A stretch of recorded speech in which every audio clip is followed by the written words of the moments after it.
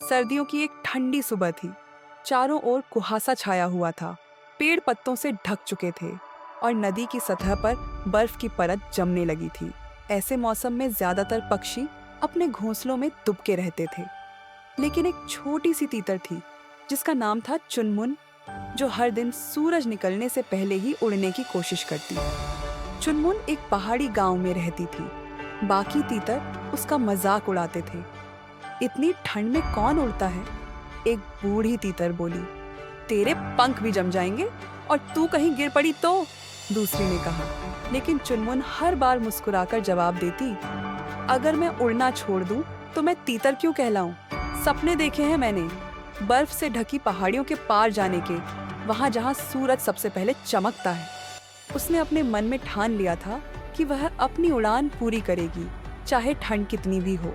हर सुबह वह थोड़ी देर के लिए उड़ान भरती, कभी कांपती, कभी गिरती, पर हिम्मत नहीं हारती।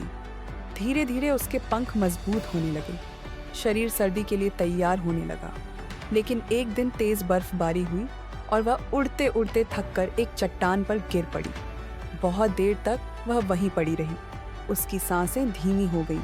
तभी एक गिलहरी वहां आई, जिसने पत्तों से उसे ढंक दिया और अपने साथ लाए कुछ सूखे फल उसके पास रख दिए। चुनमुन की आंखों में आंसू थे।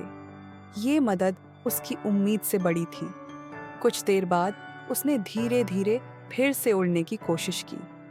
उसकी उड़ान डगमगाई जरूर, पर वह रुकी नहीं। और अंततः एक दिन जब सूरज की सुनहरी किरणें पहाड़ियों को छूने लगीं, चुनमुन एक ऊंचे चट्टान के पार पहुंच गई। वहां से दृश्य अद्भुत था। सफेद बर्फ से ढकी चोटियां, चमकते बादल और सूरज की गर्मी। उसे लगा जैसे उसने अपना सपना छू लिया हो। फिर वह वापस गांव लौटी। सब तीतर हैरान थे।